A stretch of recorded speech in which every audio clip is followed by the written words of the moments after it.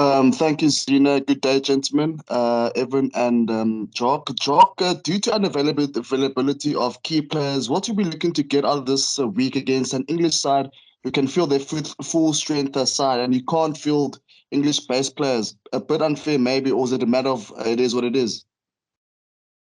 Nathan, I think it is what it is. We knew when, we knew when we organised this game that it's going to be outside of the Test match window, and the players knew it, and we also know. Well, we feel.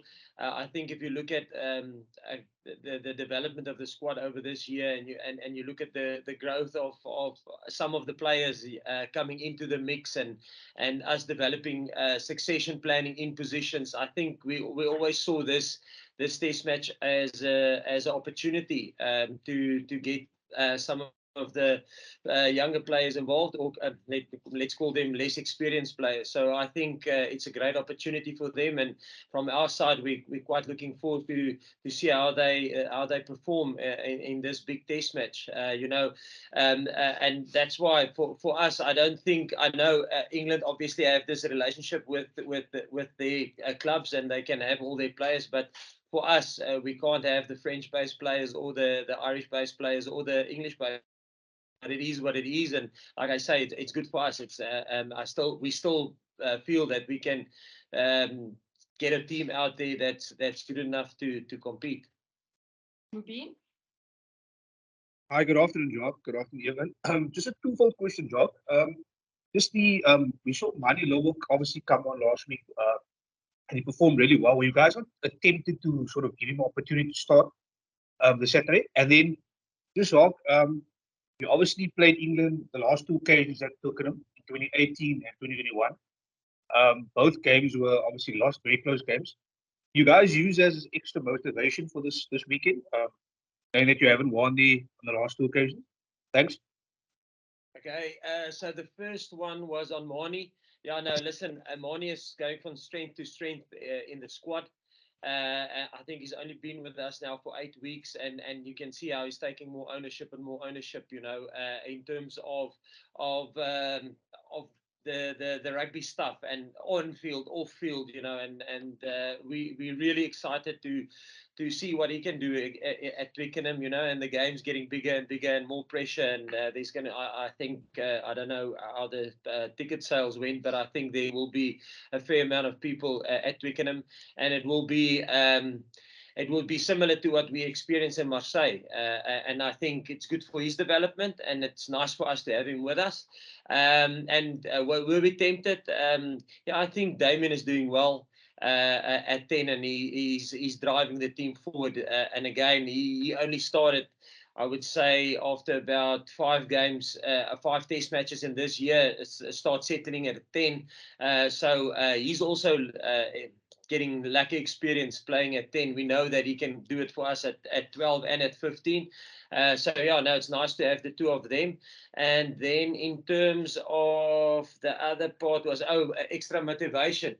Yes, now I won't say extra motivation. I mean, we know that playing against England at Twickenham is always a big challenge, and like you rightly say, the past 2 occasions that I've been involved, or we've been involved against England, I think it was 1 point affairs.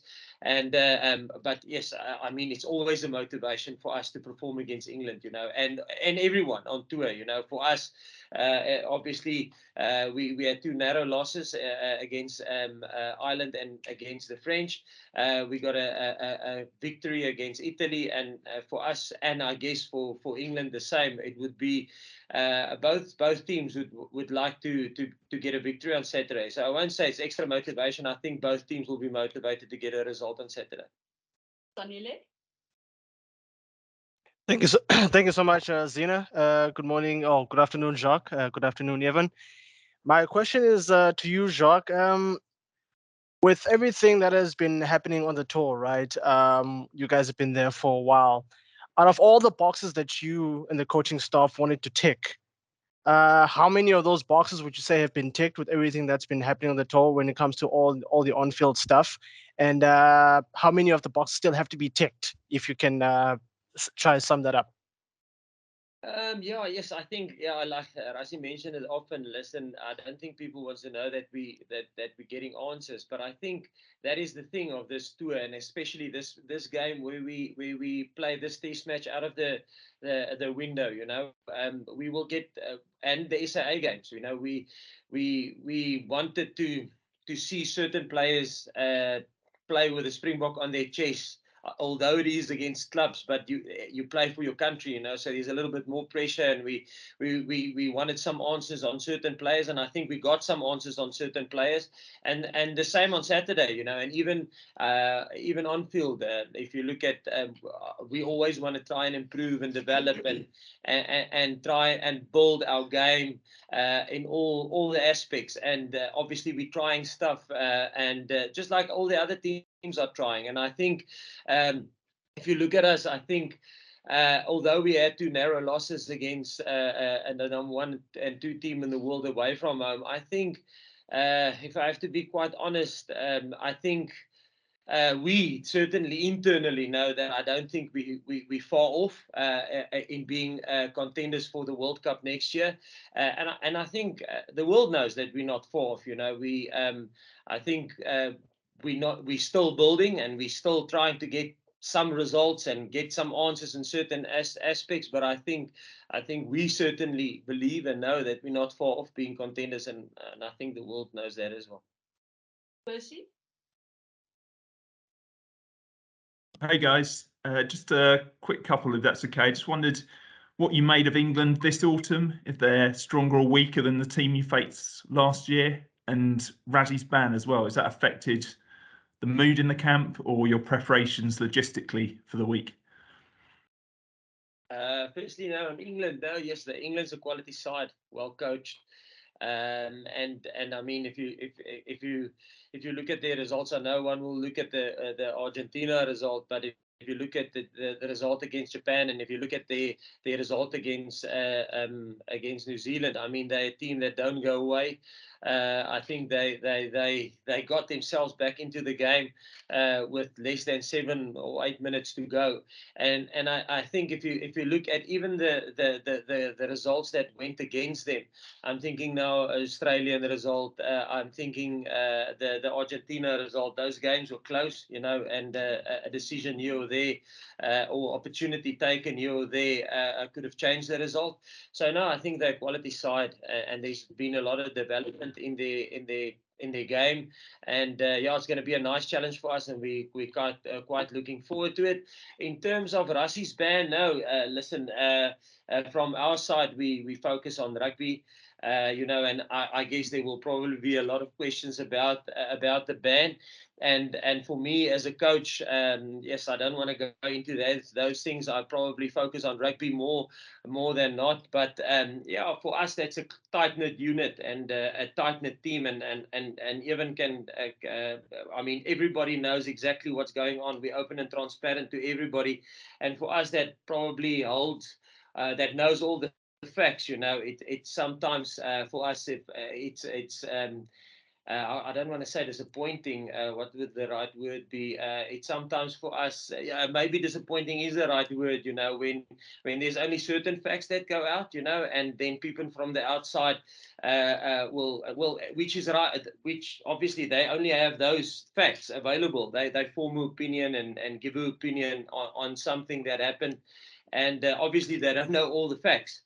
So it is quite sad that if you think about it, that I think if all the facts are out there, that people probably will form a different opinion. But like I rightly say, I'm not pointing fingers at anybody. I don't want to get involved in this.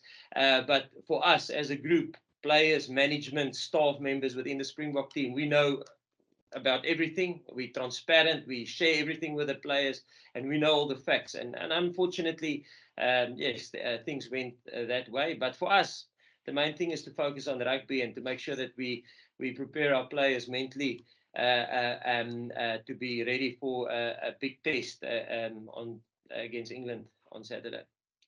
Nice. That's the online questions. We will now take questions from the floor. What facts are we missing?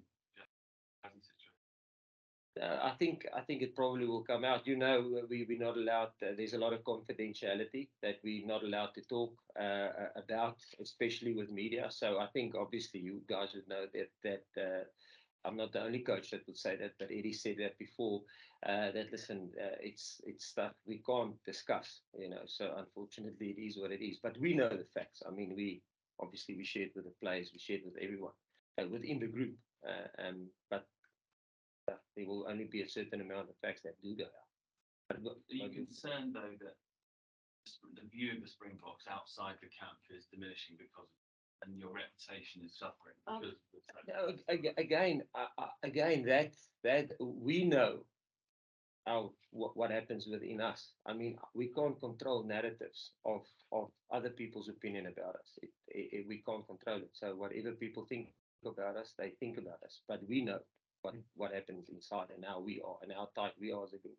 That's all we can control. Guys, can I just ask, this is a team announcement press conference, it's not a Rassie press conference. I think Jacques has asked enough about that. We've got 30 minutes. Can we get to the rugby stuff, please? Just to understand, Jacques, you say facts you can't discuss, you're talking about facts about refereeing decisions specifically. Is that what you mean? The ins and outs of those?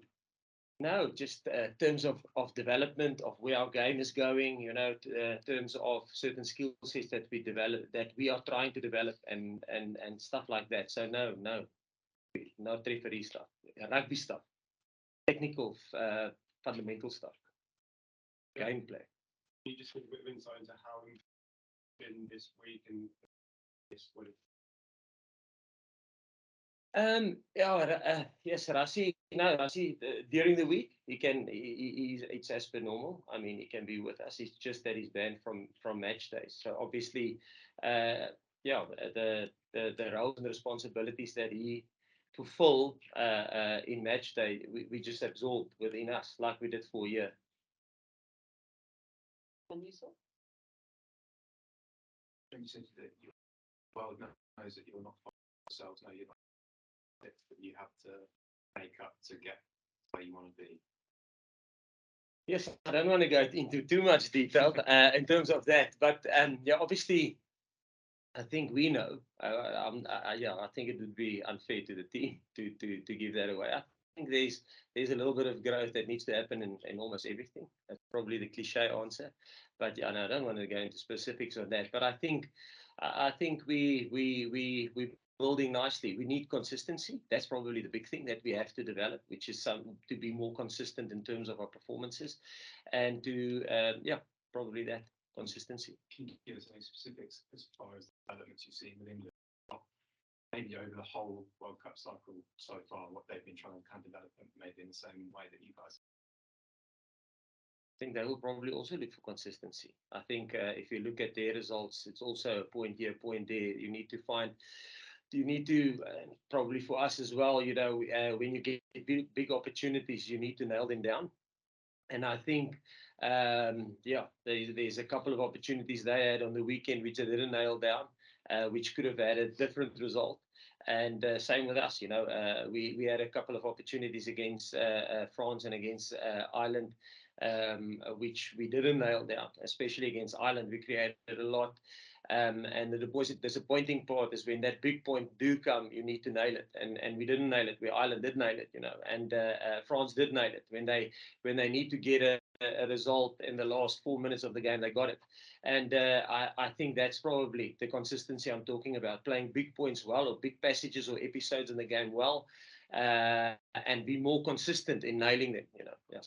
Sure. Would you mind talking about globally where the game is at the moment? I know Andy talks a lot about this next World Cup being one with much higher ball in play time than maybe years ago. How do you see the overall look of the game 4 years on from Japan, and what you expect France to look like next year? Not France for the team. The World Cup. Yes, I think it probably differs from the team that you play against. Sometimes when you play a team with who doesn't keep the ball in hand a lot and kick a lot, you get higher ball in play time, because I mean, if there's 80 kicks and let's say a kick hangs in the air for 6-7 seconds. I mean, if you add all those seconds up, 80 kicks, it's a lot of seconds, So sometimes ball in play doesn't mean ball in hand. Sometimes the ball is in the air and nobody can make an error. So sometimes when teams attack and are quite having a go at each other with ball in hand, ball in play time is 31, 32 minutes.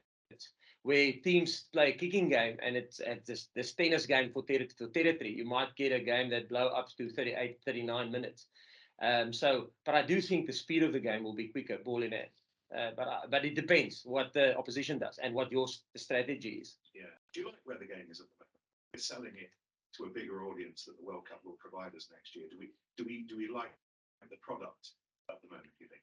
I think I like the product in terms of how tight it is. I mean, Georgia got a result. Argentina beat England. Argentina beat New Zealand away from home.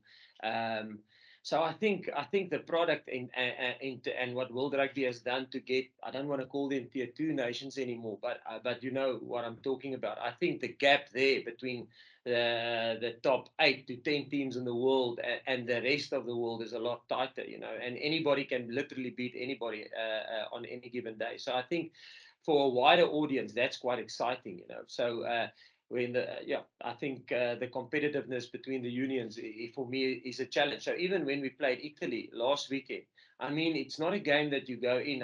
10 years ago, that would have been a rotational squad and getting an easy result. No, listen, you got to knuckle down and perform like Italy showed against Wales. And now Georgia, the same thing, Georgia did it against Italy in June, and now Georgia showed that they can do against Wales. So I think that's quite exciting.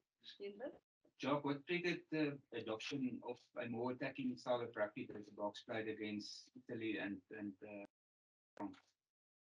I think, Hendrik, I think that what you get presented with. So we obviously felt that there was opportunity in the front line to keep ball in hand. I think all teams want to apply pressure on opposition, and you can do it through your defense, you can do ball in hand, or you can do it through your kicking game.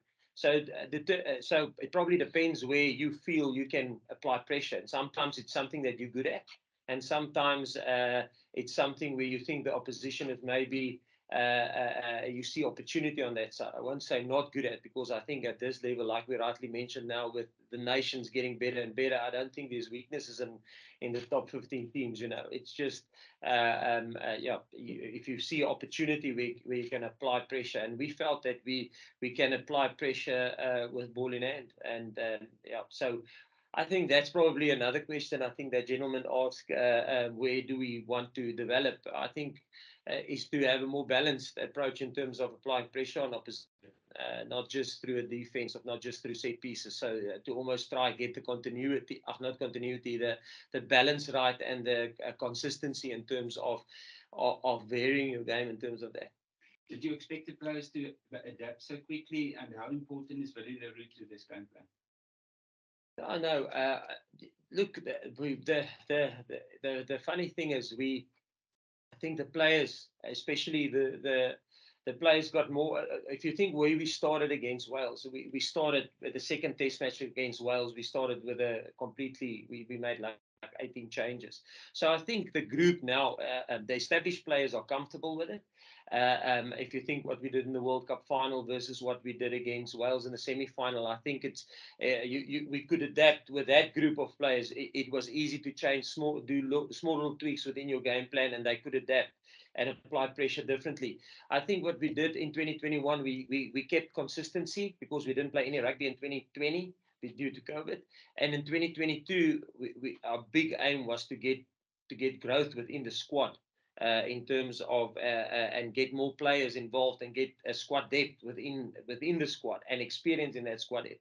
So obviously, when new players come in, they quite how can I say, the scope of because they play for their country, because when they look down, they're playing for a nation, So the pressure is a little bit more than for their league, where they're probably a little bit more comfortable. So the scope of trying to look for opportunities is probably a little bit different, and they get adapting to the pace of the game, that there isn't weak defenders. So the game's a little bit different. So I think this group is now getting comfortable with the pace of the game, getting comfortable that there's a wall, getting comfortable to looking for where opportunities, where space may be differently. So I think this group is just developing to that. Guys, we've got 4 more minutes, and we're going to do 2 minutes Afrikaans with you at the end. So please just ask your English questions. I was just going to say on that note, do you feel like your attacking game plan gets the respect it deserves? When everyone talks about the Springboks, talk about the forward physicality and the kick, but do you feel like there's not enough credit given to what you're trying to do in attack? Probably the same. How can I say that? That's probably your question beforehand about off-field stuff. That's where I think we must be aligned in terms of a team, where we know what the reality is and what the facts is, and that's what I mean when I say sometimes not all the facts are out there, and people will form opinion. Even rugby style of play. If you think in the World Cup final who scored our tries, if you think at Mapimpi who's scoring tries, if you think at Kurtley Arendse, I mean, he scored against France. He scored again. I think he's played 6 test matches and scored 6 tries. So, but that's the almost if I can put it, the on-field facts that we know. And again, we can't control the narrative that gets put out there that we are boring, we don't attack, we just kick, we just tackle.